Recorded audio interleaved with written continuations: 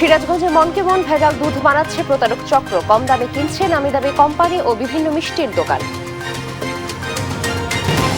শহীদ জিয়ার আদর্শ ধারণ করে দেশ এগিয়ে নেওয়ার আহ্বান প্রধানমন্ত্রীর। শাহাদাত বার্ষিকীতে খাবার বিতরণ সহ নানা কর্মসূচি।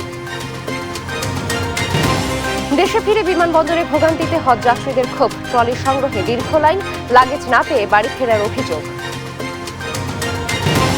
1 লাখ কোটি টাকার পুঁজিবাজারে আস্থাহীনতা কাটাতে বাজেটে বিশেষ বরাদ্দ চান বিশ্লেষকরা। সুশাসন নিশ্চিত করার আহ্বান। প্রধানমন্ত্রীর নির্দেশে পরিত্যক্ত 8 বিমানবন্দর ফের চালুর পরিকল্পনা। এভিয়েশন খাত লাভজনক হবে বলছেন বিশেষজ্ঞরা। যশোরে মৃত মুক্তিযোদ্ধার নামে 5 বছরের ভাতা তুলে আত্মসাৎ। জড়িত সোনালী ব্যাংক কর্মকর্তা ঝুলে আছেন, চূড়ান্ত প্রতিবেদন। সংবাদ সকালে দেখছিলেন সুপারবোর্ড সংবাদ শিরোনাম। সঙ্গে আছি আমি নাফিলা হাসরাত। এবার বিস্তারিত। পুষ্টির ঘাটতি পূরণে আপনি গরুর দুধ খাচ্ছেন, সেটিকে আসল নাকি অজান্তেই খাচ্ছেন কেমিক্যালে তৈরি নকল দুধ? সোডা, সয়াবিন তেল, চিনি, লবণ ও পানি দিয়ে প্রতারক চক্র বানাচ্ছে মনকে মন দুধ। সিরাজগঞ্জের উল্লাপাড়ায় এমন নকল দুধ বানাচ্ছেন অসাধু ব্যবসায়ীরা। কম দামে যোগসাজশে এসব ভেজাল দুধ সরবরাহ করা হচ্ছে নামি দামি দুগ্ধজাত কোম্পানি, কারখানা ও বিভিন্ন মিষ্টির দোকানে। এতে ভয়াবহ স্বাস্থ্য ঝুঁকিতে পড়ছেন ভোক্তারা। ময়নুল হোসেনকে সঙ্গে নিয়ে জানাচ্ছেন ফখরুল ইসলাম। গরুর দুধ শিশুসহ সব বয়সী মানুষের পুষ্টির ঘাটতি পূরণে অপরিহার্য। কিন্তু দেখুন, মানুষের অন্যতম অপরিহার্য এই দুধ গোপনে কিভাবে বানাচ্ছে অসাধু চক্র। এই ক্রিমটা আমরা পানিতে মিক্সন করতে পারবো, দুধের মধ্যেও মিক্সন করতে পারবো। দুধের মধ্যে যদি মিক্সন করে আমরা অনেক প্রচুর পরিমাণ পানি দিতে পারবো। আর পানি যখন দিব তখন লেটটা কমে যাবে। লেটটা কমে যাওয়ার কারণে তখন আমরা চিনি মিক্স করবো। আমরা যখন চিনি ইউজ করবো তখন তো দুধটা বেশি মিষ্টি হয়ে যাবে। আর বেশি মিষ্টি হলে পরে আমরা লবণ ইউজ করবো, তাহলে অরিজিনাল দুধই এটা মনে হবে আর কি। যৎ সামান্য গরুর দুধের সঙ্গে প্রথমেই সয়াবিন তেল, সোডা, লবণ, পানি মিশিয়ে ব্লেন্ড করলেই হয়ে গেল মুখরোচক গরুর দুধ। আমার অরিজিনাল দুধ বানানো শেষ। এখন এই যে দেখছেন, এটা একদম অরিজিনাল পানি। এই পানির সাথে মিশিয়ে দেখেন দুধ, মানে অরিজিনাল দুধ বানাবো। আপনারা কিন্তু দেখতেই পাচ্ছেন, দেখেন অরিজিনাল দুধ কিন্তু প্রায় হয়ে যাচ্ছে। আমাদের ভেজাল ক্রিম তৈরি করার পরে অরিজিনাল সাদা পানির সাথে মিশিয়ে মানে দুধ তৈরি করে ফেলেছি। এখন দেখেন ল্যাকটোতে পরীক্ষা করব, কিন্তু দেখেন ল্যাকটোটা কিন্তু ডুবে যাচ্ছে, কারণ এখানে ল্যাকটোর পরিমাণ মানে চিনির পরিমাণটা একটু কম আছে। যদি চিনি দেয় এই ল্যাকটোটা কিন্তু আবার ঠিক মাপই হবে। আবার নকল দুধ পরীক্ষাও করছেন চক্রটি, যেন ফ্যাটের ঘাটতি না থাকে। সেজন্য মেশানো হচ্ছে চিনি ও বিশেষ রাসায়নিক। এরপর ব্লেন্ড করলেই হয়ে গেল তথাকথিত খাঁটি নকল দুধ, যা খালি চোখে কারো বোঝার উপায় নেই। আমরা যে চিনিটা ইউজ করলাম, চিনি ইউজ করার পরে যে মানে চিনিটা গলানোর জন্য যে দুধ মিশ্রণ করা হচ্ছে, মানে সাদা পানির সাথে যে মিশিয়ে দুধ বানালাম ভেজাল দুধ, সেটা কারণ ল্যাকটোটা বানানোর জন্য। কিছুক্ষণ আগে যে আমরা ল্যাকটোটা ছাড়লাম, দেখলাম ল্যাকটোটা কিন্তু ডুবে গেছে। মানে চিনি মিক্স করার পরে ল্যাকটোটা আমরা টেস্ট করবো, দেখি কি হয়। দেখছেন একদম কিন্তু এখন অরিজিনাল খাঁটি দুধ পরিণত হচ্ছে। এই চিনি মেশানোর কারণে এখন কিন্তু 30+ আছে। আর 30+ মানে একদম অরিজিনাল খাঁটি গরুর দুধ যেমন, তার থেকেও বেশি কিন্তু এখন আছে। এই দুধ কি আপনার ভেজাল প্রমাণ করার কোনো অপশন আছে? মনে হচ্ছে একদম মানে খাঁটি গাভীর দুধ কেবল দোয়ানো হলো। শুধু তাই নয়, অসাধু চক্রের বানানো নকল এই দুধ নাকি পরীক্ষাও সহজে শনাক্ত করা যায় না। দেশে দুধ উৎপাদনের অন্যতম কেন্দ্র খ্যাত সিরাজগঞ্জে গোপনেই মনকে মন নকল দুধ বানাচ্ছে প্রতারক চক্র। আমার সমস্ত প্রক্রিয়া দিয়ে আমার দুধ বানানো শেষ। এই দুধটা আমি খোলা বাজারে বিক্রি করতে পারি, মিল্ক বিটাতে নিতে পারি, ঘোষ বাড়িতেও নিতে পারি। এই ঘোষ বাড়িতে নেওয়ার আগে আমরা বা মিল্ক বিটা নেওয়ার আগে আমরা খাই ছোটো ইউজ করবো, যাতে আমাদের দুধটা নষ্ট না হয়।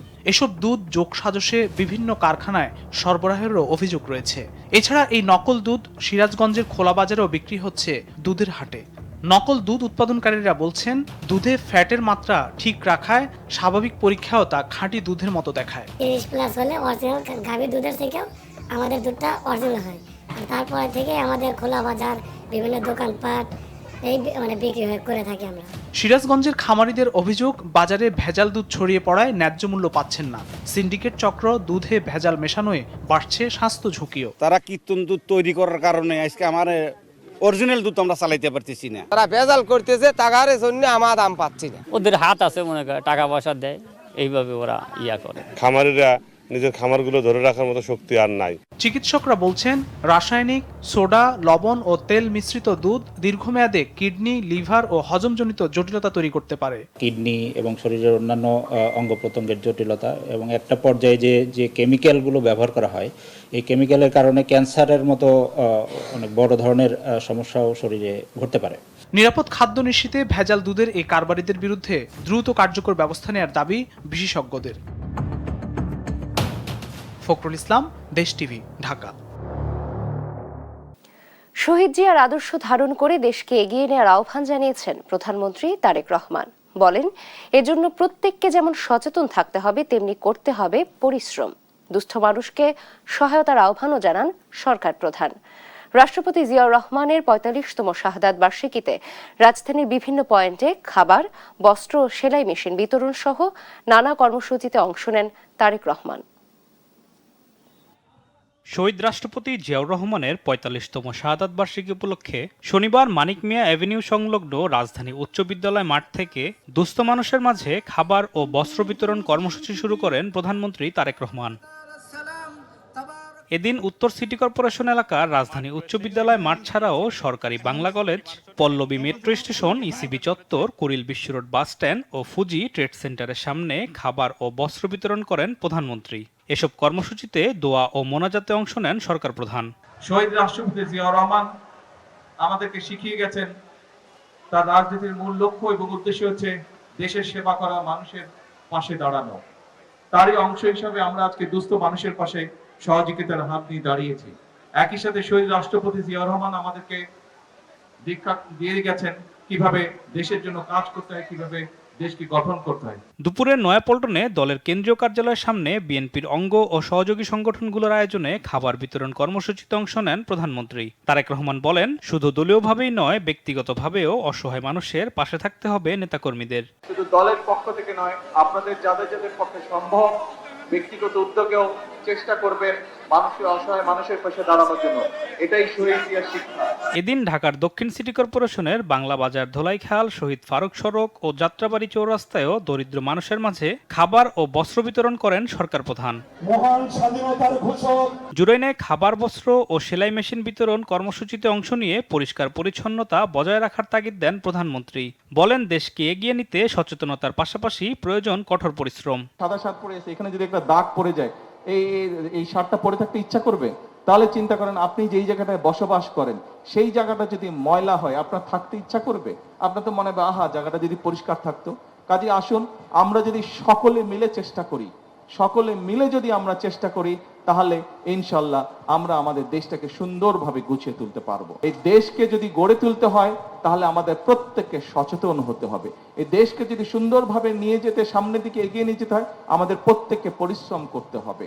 বিকেলে ধানমন্ডির ৭ মসজিদ এলাকাতেও অসহায় মানুষের মাঝে খাবার ও বস্ত্র বিতরণ করেন প্রধানমন্ত্রী। অসহায় মানুষের পাশে দাঁড়াতে স্বাবলম্বীদের প্রতি বিশেষ আহ্বান জানান তারেক রহমান। প্রত্যেকটি মানুষ যারা সচ্ছল, যারা অর্থনৈতিকভাবে স্বাবলম্বী, আমরা যদি আমাদের আশেপাশে এইরকম অসহায়, অসচ্ছল মানুষ যারা আছেন, তাদেরকে যদি আমরা অর্থনৈতিকভাবে স্বাবলম্বী হতে সাহায্য করি, তাহলে নিশ্চয়ই আমরা বাংলাদেশের অবস্থার পরিবর্তন একদিন করতে সক্ষম হব। আলিমুজ্জামান সফওয়ান, দেশ টিভি, ঢাকা।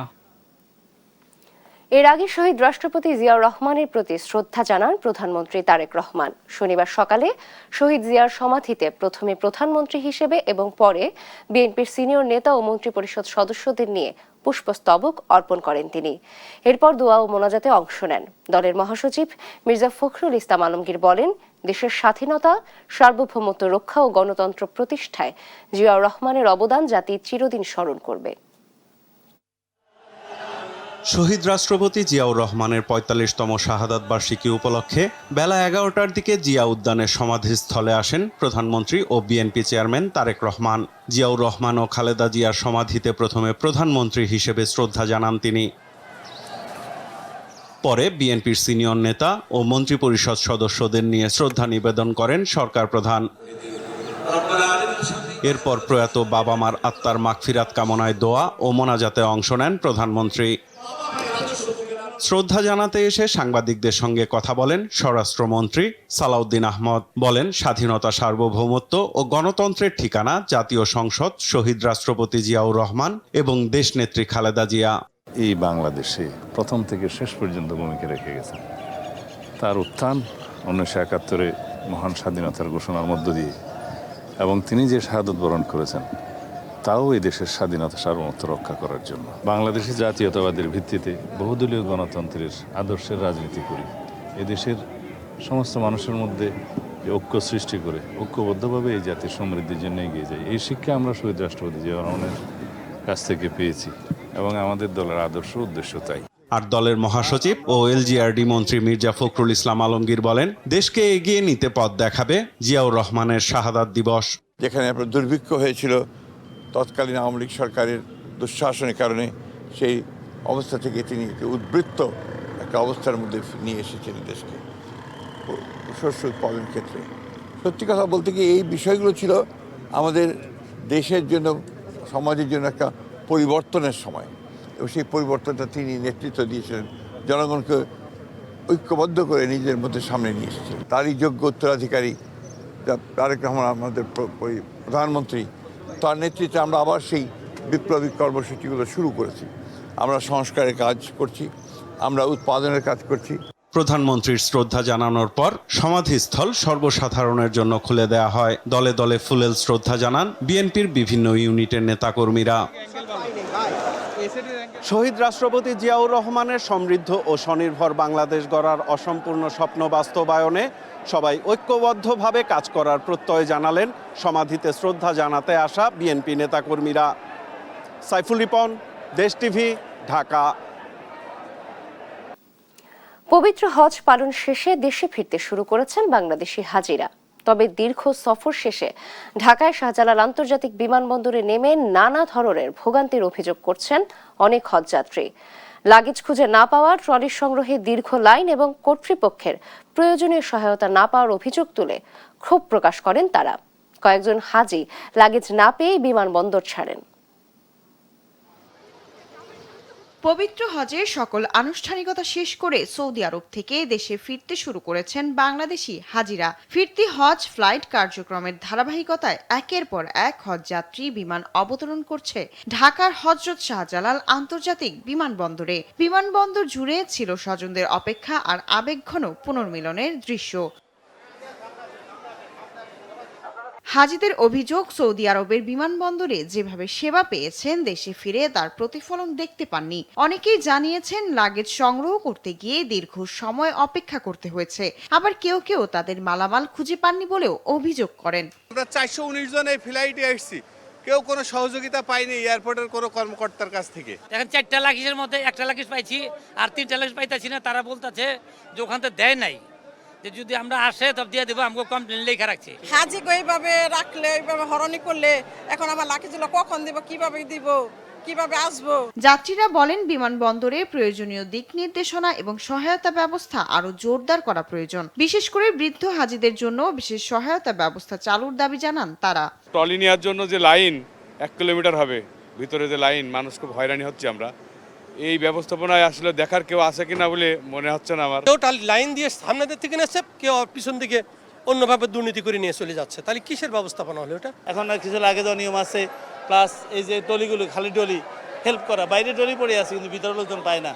এই কাজগুলো একটু খেয়াল রাখলে আমরা ইনশাআল্লাহ এগিয়ে যেতে পারবো। সংশ্লিষ্ট সূত্র জানায়, হজের ফিরতি যাত্রার প্রথম দিনে সৌদি এয়ারলাইন্স ও বিমান বাংলাদেশ এয়ারলাইন্সের মোট 13টি ফ্লাইটে 5434 জন হাজি দেশে ফিরেছেন। আগামী 1 জুলাই সকল হজযাত্রী দেশে ফেরার কথা রয়েছে। শায়লা খান, দেশ টিভি, ঢাকা। রাজধানীর মগবাজারের আদ্দিন হাসপাতালে বেকারির সন্ধান পাওয়া গেছে, জানিয়ে রীতিমতো হতবাক স্বয়ং স্বাস্থ্যমন্ত্রী। মন্ত্রী বলছেন, নিরাপত্তা ব্যবস্থা না থাকা বেকারিটি থেকে ক্ষতিকারক গ্যাস নির্গত হয়ে 6 নবজাতকের মৃত্যু হয়েছে কিনা তা খতিয়ে দেখা হবে। এর সংবাদ সংগ্রহ করতে গেলে ব্যাপক বাধার মুখে পড়তে হয় গণমাধ্যম কর্মীদের। এক পর্যায়ে গণমাধ্যম কর্মীদের উপর হামলা চালায় হাসপাতাল কর্তৃপক্ষ। বাহিরে তালা, ভেতরে অত্যন্ত গোপনীয়তার সাথে হাসপাতাল পরিদর্শনে স্বাস্থ্যমন্ত্রী। রাজধানীর আদ্দিন হাসপাতালে বেকারির খবরে পরিদর্শনে আসেন স্বাস্থ্যমন্ত্রী। ছুটে আসেন গণমাধ্যম কর্মীরাও, তবে ভেতরে ঢুকতে দেয়া হয়নি তাদের। পরিদর্শন শেষে মন্ত্রী জানান, বেকারির পুরোটাই চলছিল অনিয়মের মধ্য দিয়ে এবং ভেতরে ছিল ময়লা পরিবেশও। আগামী ৩ জুন চূড়ান্ত প্রতিবেদন জমা দেবে কমিটি বলেও জানান মন্ত্রী। ওনারা আবেদন করেছেন, আমাদেরকে সমস্ত কিছু দেখিয়েছেন ওনাদের ফাইন্ডিংস। তো ওই মাগুলির সাথে দেখা করে ওনাদের স্টেটমেন্ট নিয়ে পূর্ণাঙ্গ প্রতিবেদনটা তৈরি করে আগামী ৩ তারিখে আমাদের কাছে জমা দেবেন। এদিকে ততক্ষণে হাসপাতালের সবকটি প্রবেশ মুখ বন্ধ করে ১ নম্বর গেটের সামনে দাঁড় করিয়ে দেয়া হয় নিরাপত্তা ও পরিচ্ছন্ন কর্মীদের। ভেতরে ঢুকতে চাইলে বাধা দেয়া হয় সাংবাদিকদের। এক পর্যায়ে বাকবিতণ্ডায় জড়ায় তারা। মুঠোফোনে যোগাযোগ করা হলেও বেকারিতে সাংবাদিকদের নিয়ে যেতে অসম্মতি জানান হাসপাতাল কর্তৃপক্ষ। আমার কথা একটু শুনেন। মন্ত্রী মহোদয়, ডিজি মহোদয়, ওনারা এসে আমাদের পুরো হসপিটাল কলেজ সবকিছু দেখে ওনারা বন্ধ করে রেখে গেছে, এখানে বন্ধ করে রেখে গেছে। আমরাও এখন যেতে পারবো না। যেভাবে আমাদের পোস্ট অপারেটিভ বন্ধ করে দিয়েছে ও একইভাবে আমিও তো পারবো না যেতে ভাইয়া। এক পর্যায়ে হাসপাতালে প্রবেশ করেন পুলিশ ও র্যাব সদস্যরা। গণমাধ্যম কর্মীদের উপর মারমুখী আচরণ শুরু করেন নিরাপত্তা কর্মীরা। পরে দৃশ্যপটে হাজির হন হাসপাতালটির সিনিয়র ম্যানেজার। অপেশাদার আচরণের পাশাপাশি কোনো প্রশ্নের উত্তর দিতে পারেননি তিনি। পরে গণমাধ্যম কর্মীদের ধাওয়া করেন পরিচ্ছন্নতা কর্মীরা। এ ঘটনায় আহত হন বেশ কয়েকজন গণমাধ্যম কর্মী। সাংবাদিক কেন ভিতরে প্রবেশ করলো? এই সাংবাদিক ভিতরে প্রবেশ করে তারা আরো বেশি এগ্রেসিভ হয়ে যায় এবং তারা মব সৃষ্টি করে সাংবাদিকদের মারতে আসে ধারালো অস্ত্র দিয়ে। লাঠি এবং অন্যান্য যে জিনিসপত্র আমরা দেখেছি যে ডাব দিয়েও কিন্তু সাংবাদিকদের ক্যামেরার দিকে কিন্তু আক্রমণ করা হয়েছে, ঢিল দেওয়া হয়েছে। বিল্ডিংয়ে ঢোকার পর আমরা একটা রুমের ভিতরে ঢুকি, সেখানে তারা ভাঙচুর করার চেষ্টা করে, দরজা ভাঙার চেষ্টা করে। পরবর্তীতে দরজা না ভাঙতে পেরে তারা অনেকক্ষণ সেখানে অবস্থান করে। ২৭ মে হাসপাতালটিতে ৬ নবজাতক মৃত্যুর পর থেকেই নানা আলোচনা সমালোচনার সৃষ্টি হয়। ইকবাল অনিক, দেশ টিভি, ঢাকা। এবার ২০২৬-২০২৭ অর্থ বছরে বাজেট বিশ্লেষণ।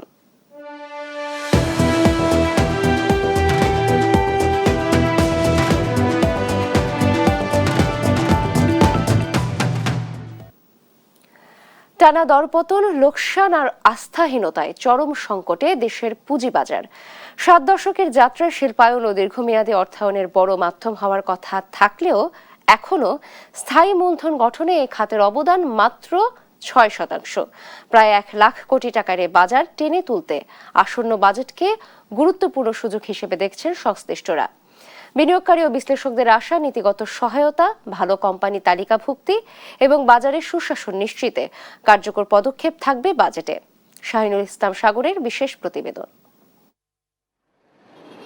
৭ দশক আগে যাত্রা শুরু হওয়া দেশের পুঁজিবাজারে আস্থা ফেরানো যেন এখনো বড় চ্যালেঞ্জ। টানা দরপতন, বিনিয়োগকারীদের অব্যাহত লোকসান আর নীতিগত অনিশ্চয়তায় বাজারে অনাস্থা যেন স্থায়ী সংকটে পরিণত হয়েছে।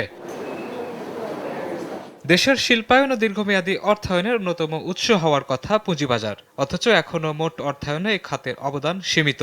কেন্দ্রীয় ব্যাংকের তথ্য বলছে, স্থায়ী মূলধন গঠনে পুঁজিবাজারে অর্থায়নের পরিমাণ প্রায় ১ লাখ কোটি টাকা।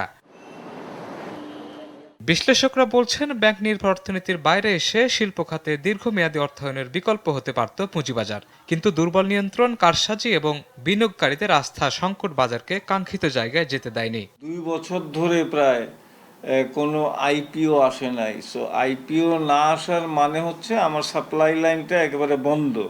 সো সাপ্লাই লাইনটা যদি বন্ধ হয়ে যায় তাহলে নতুন বিনিয়োগকারীরা যুক্ত হয় না। সো নতুন বিনিয়োগকারীরা যুক্ত হয় যখন নতুন শেয়ার আসে। এমন বাস্তবতায় আসন্ন বাজেটে পুঁজিবাজার বান্ধব নীতি সহায়তা ও বাস্তবভিত্তিক প্রণোদনা আশা করছেন সংশ্লিষ্টরা। তাদের মতে, পুঁজিবাজার পুনরুদ্ধারে দরকার কার্যক্রম কর সুবিধা, নতুন বিনিয়োগ উৎসাহ এবং শক্তিশালী নীতিগত সংস্কার। যে বাজেটে আমাদের দেখতে হবে যে আমাদের বাজারটা যেহেতু এখন পর্যন্ত এক্সপেক্টেড লেভেলে যায় নাই, বাজেটে আমরা এমন কিছু আশা করব না যে যেখান থেকে বিনিয়োগকারীদেরকে একটা কনফিউশন লেভেলে নিয়ে যায়। যেমন ধরেন 2 বছর আগে যে আসছিল যে হঠাৎ করে ক্যাপিটাল গেইন ট্যাক্স করা হয়, ট্যাক্স যতটুকু আছে তার চেয়ে বাড়ানোর কোনো সুযোগ নেই, কারণ এই মার্কেট ইজ নট পারফর্মিং। বিশ্লেষকদের মতে শুধু প্রণোদনায় নয়, বাজার ঘুরে দাঁড়াতে সবচেয়ে প্রয়োজন আস্থা পুনরুদ্ধার। এজন্য বাজার কারসাজির বিরুদ্ধে দৃশ্যমান ব্যবস্থা, দুর্বল কোম্পানি তালিকাভুক্তি বন্ধ এবং নিয়ন্ত্রক সংস্থার কার্যকর ভূমিকা জরুরি। উন্নয়নমূলক কাজ করতে হবে। আইপিও যে টাস্কফোর্স যে আইপিও রুল দিয়েছে কিংবা মিউচুয়াল ফান্ডের যে দিয়েছে, সাজেশন দিয়েছে, বা ওই মার্জিন রুলের যে সাজেশন দিয়েছে, এই সাজেশনসগুলোর মধ্যেও কিন্তু অনেক অ্যামেন্ডমেন্ট করা প্রয়োজন। অর্থনীতিবিদরা বলছেন শুধু কর ছাড় দিয়ে পুঁজিবাজারে গতি ফেরানো সম্ভব নয়। শিল্প অর্থায়নে ব্যাংক খাতের চাপ কমিয়ে পুঁজিবাজারমুখী করতে হলে বাজেটে থাকতে হবে সমন্বিত পরিকল্পনা। শাহিনুল ইসলাম সাগর, দেশ টিভি, ঢাকা। দীর্ঘদিন ধরে পরিত্যক্ত দেশের 8টি বিমানবন্দর সংস্কার করে পুনরায় চালুর পরিকল্পনা নিয়েছে সরকার। প্রধানমন্ত্রীর নির্দেশনায় দ্রুততম সময়ে বাণিজ্যিকভাবে এসব বিমানবন্দর চালুর সিদ্ধান্ত হয়েছে বলে জানান বেসামরিক বিমান পরিবহন ও পর্যটন প্রতিমন্ত্রী রশিদুজ্জামান মিল্লাত। বিশেষজ্ঞরা বলছেন, অভ্যন্তরীণ যোগাযোগ সহজ করা, যাত্রার সময় কমানো এবং এভিয়েশন খাতকে আরও লাভজনক করতে এই সিদ্ধান্ত গুরুত্বপূর্ণ ভূমিকা রাখবে। আলিমুজ্জামান সাফওয়ানের রিপোর্ট। অপার সম্ভাবনা সত্ত্বেও দীর্ঘদিন নিস্তব্ধ পড়ে আছে বগুড়া, লালমনিরহাট, ঈশ্বরদী, ঠাকুরগাঁও, শমশেরনগর সহ দেশের কয়েকটি বিমানবন্দর। কোথাও রানওয়েতে জন্মেছে আগাছা, কোথাও বা ফাঁকা পড়ে আছে টার্মিনাল ভবন। বিমানবন্দর থাকলেও বিমান ওঠানামার শব্দ নেই বহু বছর। দেশের এক সময়ের ব্যস্ত এসব বিমানবন্দরগুলো এভাবেই পড়ে আছে নীরবে। আঞ্চলিক বিমানবন্দরগুলো পুরোদমে চালু করা বিএনপির নির্বাচনী অঙ্গীকার ছিল। সরকার গঠনের পর প্রধানমন্ত্রী তারেক রহমান পরিত্যক্ত বিমানবন্দরগুলো চালুর সিদ্ধান্ত নিয়েছেন। 7-8টা এয়ারপোর্ট আমাদের বন্ধ হয়ে পড়ে আছে প্রায়। বগুড়াটা আমরা সেদিন দেখে আসলাম। তো বগুড়ায় আমরা চাচ্ছি যে এটা ইন্টারন্যাশনাল এয়ারপোর্ট হিসেবে যদি ওখানে একটা ভালো এয়ারপোর্ট করা যায়। প্রতিমন্ত্রী এম রশিদুজ্জামান মিল্লাত আরও জানান, বাণিজ্যিকভাবে ফ্লাইট ওঠানামা ও সংস্কার কার্যক্রমের সম্ভাব্যতা যাচাই চলছে। বড় ধরনের একটা এভিয়েশন হাব হতে পারে এবং সেখান থেকে আমরা কার্গো হাবও করতে পারি। সেই জন্য আমরা ফিজিবিলিটি স্টাডি করার জন্য আমরা সেদিন দেখে এসেছি, ফিজিবিলিটি স্টাডি করব। এটাকে রিহেবিলিট করার জন্য মানে আমরা আসার পর থেকে কাজ চলছে। বিশেষজ্ঞরা বলছেন, দেশের উত্তরাঞ্চল, উপকূলীয় এলাকা এবং পর্যটন সম্ভাবনাময় অঞ্চলে বিমান চলাচল বাড়লে সময় যেমন কমবে, তেমনি ইতিবাচক প্রভাব পড়বে ব্যবসা বাণিজ্য ও পর্যটন খাতে। ছোট ছোট এয়ারপোর্টগুলো করতে চাই, আপনাকে ধরে নিতে হবে আমি লস খাবো, কিন্তু আপনার ম্যাক্রোতে গিয়ে যদি আপনি চিন্তা করেন লস হবে না। এটাকে ঘিরে যে অর্থনৈতিক কর্মকাণ্ড তৈরি হবে বা পর্যটনের একটা বিশাল সম্ভাবনা থাকবে, ওইটাকে আপনার ধরতে হবে জিডিপি। দেশের ভৌগোলিক অবস্থান বিবেচনায় অভ্যন্তরীণ বিমান যোগাযোগ সম্প্রসারণের যথেষ্ট সুযোগ রয়েছে। একই সঙ্গে বাণিজ্যিক যাত্রা চালু হলে এভিয়েশন হাব গড়ার পরিকল্পনা বাস্তবায়ন সহজতর হবে বলেও জানান খাত সংশ্লিষ্টরা। নর্থ বেঙ্গলের সাথে এগুলো ফার ফ্লাং এরিয়া, যেটা ঢাকার থেকে এগুলো দূরত্ব অনেক বেশি। তো কাজে কিছু কিছু এয়ারপোর্টকে সচল করা অত্যন্ত প্রয়োজন আর কি। পরিত্যক্ত বিমানবন্দর সচল হলে আকাশপথে যোগাযোগ স্থাপনের পাশাপাশি স্থানীয় অর্থনীতি, বিনিয়োগ ও কর্মসংস্থানের নতুন সুযোগ তৈরি হবে বলেও জানান তারা। আলিমুজ্জামান সাফওয়ান, দেশ টিভি, ঢাকা। একদিকে হাসপাতালের করিডোর, অন্যদিকে নতুন ক্রেতা খুঁজছে নিকোটিনের বাজার। স্বাস্থ্য ঝুঁকি জানা, সতর্ক বার্তাও আছে, তবু থামছে না তামাকের বিস্তার। গবেষণা বলছে, তামাক ব্যবহারের সবচেয়ে বড় ক্ষতি স্বাস্থ্য খাতে। বেড়েছে সিগারেটের দাম, তারপরেও কমেনি ধোঁয়া। বিশ্ব তামাক মুক্ত দিবসে সুমনা সুমির বিশেষ প্রতিবেদন, ছবি তুলেছেন জুয়েল রহমান।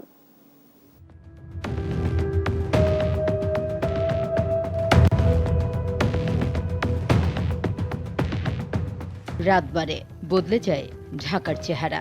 কমলাপুর স্টেশনের ক্লান্ত প্ল্যাটফর্ম, শেরশাতের চায়ের দোকান, গুলশানের আলো ঝলমলে আড্ডা। শহর আলাদা, মানুষ আলাদা। নিকোটিন একই, শহর ঘুমায়, নিকোটিন ঘুমায় না। কেউ ক্লান্তি ভুলতে ধরাচ্ছেন সিগারেট, কেউ অভ্যাসে, কেউ আসক্তিতে, আর কেউ বা নতুন করে জড়িয়ে। পুরনো প্রজন্মের হাতে সিগারেট, নতুন প্রজন্মের হাতে ভেপ। ধোয়ার ধরন বদলেছে, বদলায়নি শুধু নির্ভরতা। বিশেষজ্ঞরা বলছেন, নিকোটিন শুধু অভ্যাস না, বরং এক ধরনের আসক্তি, তৈরি করে নির্ভরতা। ওই কথায় কথা প্রথম দিন না, দ্বিতীয় দিন না, এইভাবে আস্তে আস্তে টানতে টানতে নিজের লাইফস্টাইলের সাথে জড়ায় গেল। যখন ধোঁয়াটা বের হয় মনে হয় মনটা হালকা হয়ে যায়। ছাড়া যাবে না, এটা অ্যাকচুয়ালি সব ছাড়তে পারবো, কিন্তু সিগারেটটা অ্যাকচুয়ালি ছাড়া পসিবল না। হাত বাড়ালেই নিকোটিন মেলে এই শহরে। ফুটপাতে, সিগন্যালে, স্টেশনের পাশের চিত্র প্রায়ই এক। কেউ কিনছে, কেউ ধরাচ্ছে, আর কেউ বিক্রি করেই চালাচ্ছে জীবন। তামাকের প্রচলিত আইনকে বৃদ্ধাঙ্গুলি দেখিয়ে বিদ্যালয়ের কয়েক গজের মধ্যে মিলছে তামাকজাত পণ্য। শিশুদের চোখের সমান উচ্চতায় রাখা হচ্ছে সিগারেট। সহজ প্রাপ্তি আর দৃশ্যমানতা প্রজন্মকে এগিয়ে দিচ্ছে এক অন্ধকার রুগ্ন ভবিষ্যতের দিকে। শঙ্কা এ বিশেষজ্ঞের। এই যে ক্যান্সার, আজকে যে মানুষ মারা যাচ্ছে কিসে? রাষ্ট্রেরও ক্ষতি হচ্ছে, কারণ রাষ্ট্র এটার জন্য স্বাস্থ্য খরচের একটা জায়গায় যেতে হচ্ছে। তরুণ প্রজন্মকে তামাক আসক্তি থেকে মুক্ত করা দরকার। গবেষণা বলছে দেশের তামাক ব্যবহারে স্বাস্থ্য, পরিবেশ আর উৎপাদনশীলতায় ক্ষতির পরিমাণ বছরে প্রায় ৮৭,০০০ কোটি টাকা। বেশি ক্ষতি স্বাস্থ্য খাতে, প্রায় ৭৩,০০০ কোটি টাকা। স্বল্প দামের সিগারেট বা উঁচু দামের সিগারেট, এগুলোর বিন্যাস কোনগুলোতে আসলে করের বদৌলতে কোনগুলো ইনফর্মাল পার্টটা আরও বেড়ে যাচ্ছে, অ্যাকচুয়ালি এগুলোর উপর সুনির্দিষ্ট গবেষণা দরকার। বরং শহরের কানাগলিতে অবাধে বিকিকিনি চলে শুল্কমুক্ত নানা রকমের বিদেশি সিগারেট।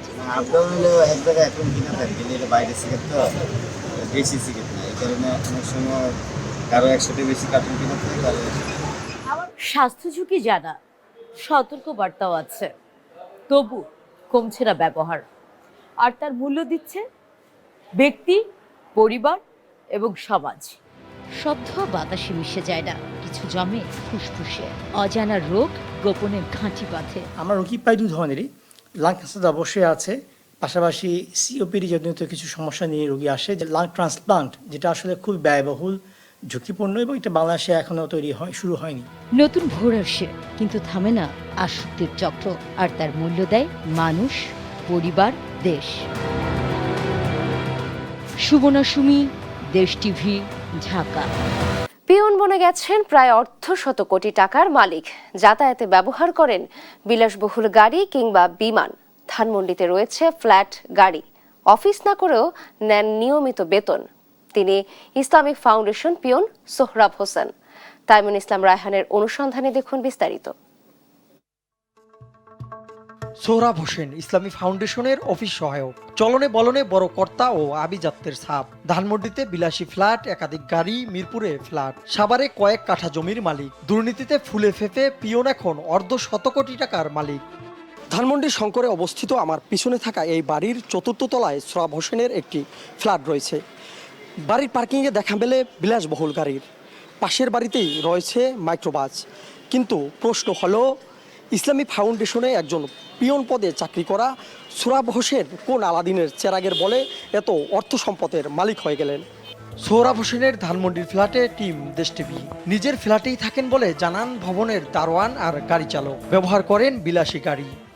উনি ডেভেলপার থেকে মনে একটা ফ্ল্যাট কিনছেন। আমি জানি উনি চাকরি করে ইসলামী ফাউন্ডেশনে, এই পর্যন্ত। আর কি করে এটা জানি। ওনার ছেলে মেয়েরা মানে ওদের স্কুলে নেওয়া আনা এগুলার মানে ডিউটি করি। পাশের এই বাড়ির পার্কিংয়ে দেখা মেলে সোহরাবের আরেকটি গাড়ির। দারোয়ান প্রথমে গাড়িটি সোহরাব হোসেনের বলে জানালেও পরে অস্বীকার করেন। এবার সোহরাব হোসেনের কর্মস্থল ইসলামী ফাউন্ডেশনের রংপুর জেলা কার্যালয়ে যায় দেশ টিভি টিম।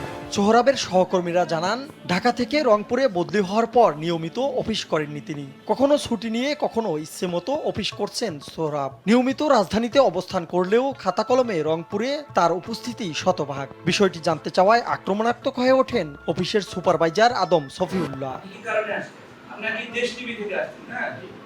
একজন ৪র্থ শ্রেণীর কর্মচারী কোন আলাদিনের চেরাগের বলে সম্পদের পাহাড় করেছেন? কিসের দাপটে মাসের পর মাস অফিস না করে পার পেয়ে যাচ্ছেন? সেই বিষয়ে জানতে এবার ইসলামী ফাউন্ডেশনের কেন্দ্রীয় কার্যালয়ে দেশ টিভি। সেখানেও সোহরাবের কর্মস্থলের বিষয়ে ধোঁয়াশা। সবশেষ কোথায় বদলি করা হয়েছে সেই তথ্য নেই তাদের কাছে। অনেক খোঁজাখুঁজির পর নিশ্চিত হওয়া যায় তিনি রংপুরেই কর্মরত।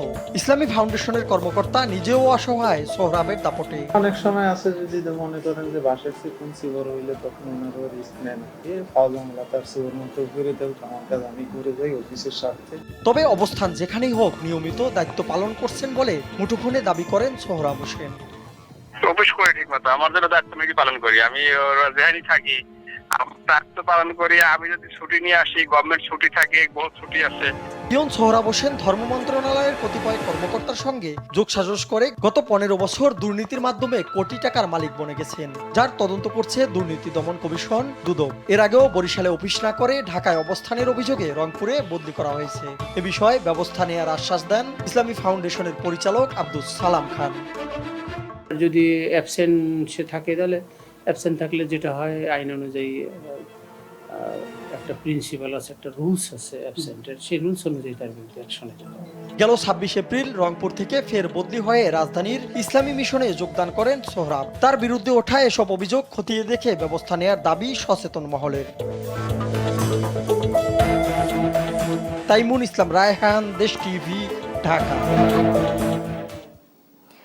মৃত মুক্তিযোদ্ধার নামে 5 বছর ধরে ভাতার টাকা উঠিয়ে আত্মসাতের ঘটনা ঘটে যশোরে।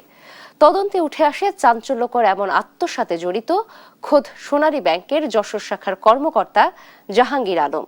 তাকে সাময়িক বরখাস্ত করলেও এখনো বহাল তবিয়তে এই কর্মকর্তা। 2018 সালের এই ঘটনা তদন্তে চূড়ান্ত প্রতিবেদন এখনো না দেয়ায় ব্যাংকটির নিরপরাধ আরো 20 কর্মকর্তা কর্মচারী জিম্মি হয়ে আছেন বছরের পর বছর। সোনালী ব্যাংকের যশোর ঝিকরগাছা শাখার তৎকালীন ক্যাশ অফিসার জাহাঙ্গীর আলম। অভিযোগ রয়েছে জাহাঙ্গীর দুর্নীতির টাকায় শহরের স্টেডিয়াম পাড়ায় গড়েছেন আলিশান বাড়ি। তার অর্থ আত্মসাতের দায় মাথায় নিয়ে ব্যাংকটির অন্য 20 জন কর্মকর্তা কর্মচারী বছরের পর বছর মানসিক ও পেশাগত ক্ষতির শিকার হচ্ছেন। 2013 সালে মুক্তিযোদ্ধা ওয়ালিউর রহমান ও আমেনা খাতুন মারা গেলেও 2018 সাল পর্যন্ত তাদের হিসাব থেকে ভাতার টাকা নিয়মিত উত্তোলন করার অভিযোগ ওঠে ব্যাংকটির হিসাব শাখার অফিসার জাহাঙ্গীর আলমের বিরুদ্ধে। ব্যাংকের অডিট টিম ও উপজেলা প্রশাসনের একাধিক তদন্তে এই জালিয়াতির প্রমাণও মেলে। তবে শক্তিশালী তদবির ও প্রভাবের কারণে আজও তার বিরুদ্ধে হয়নি চূড়ান্ত কোনো ব্যবস্থা। সে আত্মসাৎ করেছে টাকা, তাকেই দায়ী করা হয়েছে। বিভিন্ন শক্তি লবিং করতেছে, বিভিন্ন বড় বড় মাধ্যম ধরে এই চেষ্টা সে করছে। আমরা যারা নিরপরাধী তাদেরকে কেন দায় মুক্তি দেওয়া হচ্ছে না, এটা আমরা বুঝতে পারছি না। আমরা সবাই নির্দোষ, আমরা প্রমোশন থেকে বঞ্চিত হচ্ছি, সকল ধরনের ব্যাংকিং সুযোগ সুবিধা থেকে বঞ্চিত হচ্ছি।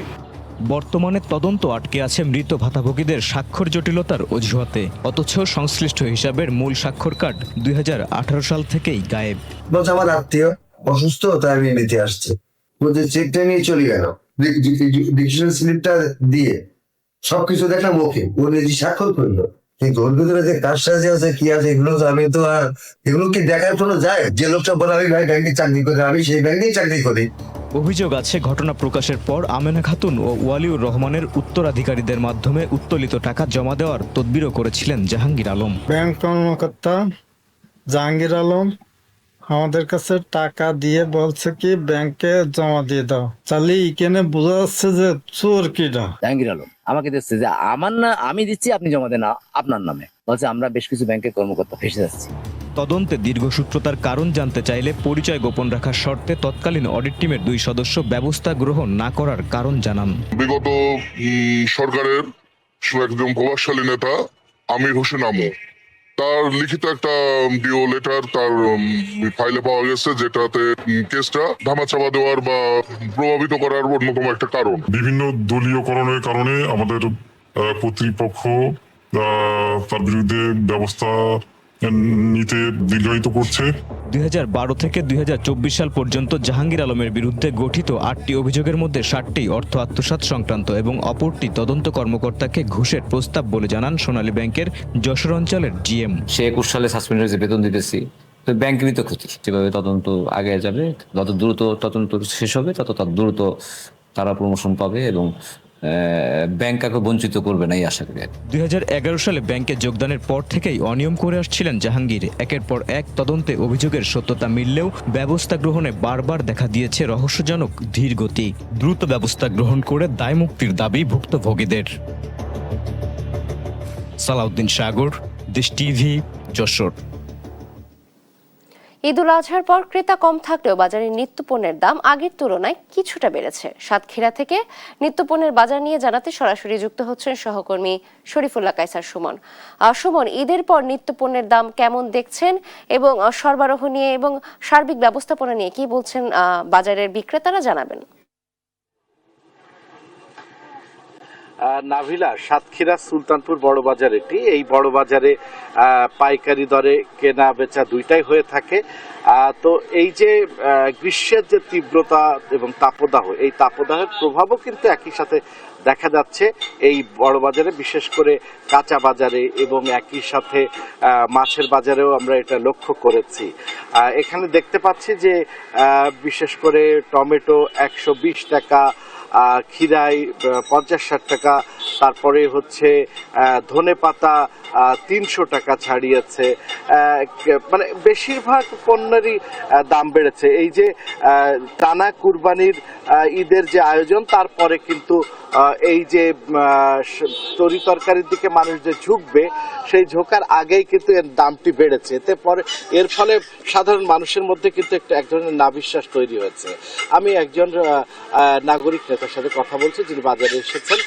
কি অবস্থা দেখছেন বাজারে? বাজারে দ্রব্যমূল্যে প্রচুর দাম বেড়েছে। হঠাৎ মধ্যবিত্ত নিম্নবিত্তদের চিন্তা চেতনা বা কর্মের বাইরে এত বেশি দাম বেড়েছে, বিশেষ করে ঈদ পরবর্তী কাজের শূন্যতার পরে এটা একটা নাবিশ্বাস, মানে আসলেই নাবিশ্বাস। তারপরে তীব্রত গরম, উৎপাদন বা সাপ্লাইয়ের কি ব্যর্থতা জানি না, তবে বাজারে জিনিসের দাম মানে ব্যাপকভাবে বেড়ে গেছে, যেটা নিম্নবিত্ত মধ্যবিত্তদের জন্য বের করা খুব কঠিন হয়ে যাচ্ছে। হ্যাঁ, যেমনটি শুনছিলাম যে নিম্নবিত্ত মধ্যবিত্তদের জন্য এই বাজারের এই দুরবস্থা, বিশেষ করে এই যে মূল্য বৃদ্ধি, এই বৃদ্ধি আসলে তাদের উপরে, তাদের জীবনধারার উপরে একটা বড় ধরনের প্রভাব ফেলছে। এই অবস্থায় আসলে একটি শৃঙ্খলা প্রয়োজন এবং বাজার দর নিয়ন্ত্রণে মনিটরিংটাও প্রয়োজন বলে আমরা যাদের সাথে কথা বলেছি প্রত্যেকেই সেই অভিমত ব্যক্ত করেছে। এই ছিল সর্বশেষ নাভিলা। সুমন, ধন্যবাদ আপনাকে। দর্শক, সাতক্ষীরার নিত্যপণ্যের বাজার সম্পর্কে জানাচ্ছিলেন আমাদের সহকর্মী। এই ছিল এখনকার সংবাদ সকাল। পরের বুলেটিন দেখার আমন্ত্রণ রইল। ধন্যবাদ।